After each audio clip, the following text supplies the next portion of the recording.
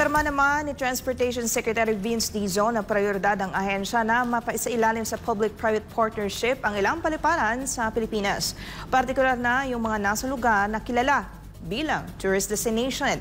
Si Cherry Light magbabalita.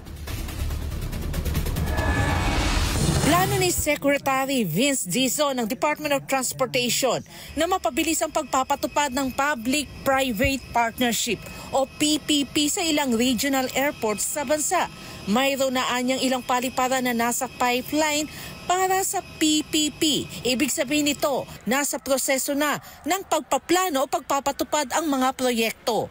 Anya makikipag-usap siya sa kanilang consultant mula sa Asian Development Bank sa mga susunod na araw para matukoy ang pinakamahusay na paraan para sa PPP sa mga regional airport, lalo na sa mga pangunahing paliparan gaya ng Iloilo at Davao at sa mga paliparan na malapit sa mga sikat na tourist destination. Kabilang sa mga prioridad para sa PPP bukod sa Iloilo at Davao, ang Siargao Airport at ang mga paliparan sa Palawan gaya ng Puerto Princesa, Busuanga at Coron.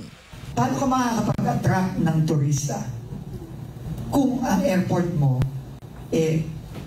napaka-pangit, dilapidated, sira-sira, and the airport experience is held literally.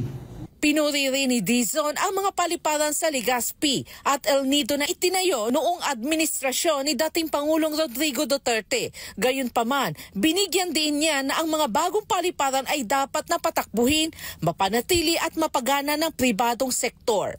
Ang dami nating mga infrastructure na ginawa, pero dahil nga sa hindi magandang pag-maintain at pag-ooperate, nabubulok ng mabilis. At hindi nakakapagbigay ng maayos na serbisyo sa ating mga pasahero. So we need to fast-track all these PPPs for regional airports. Samantala, ilan sa mga paliparan sa Pilipinas na kasalukuyang nasa ilalim ng public-private partnership ay ang Ninoy Aquino International Airport, Clark International Airport, Mactan Cebu International Airport, New Manila International Airport sa Bulacan, Laguindingan Airport, Bohol Panglao International Airport. Para sa Diyos at sa Pilipinas kung mahal, Cherry Light, SMNA News.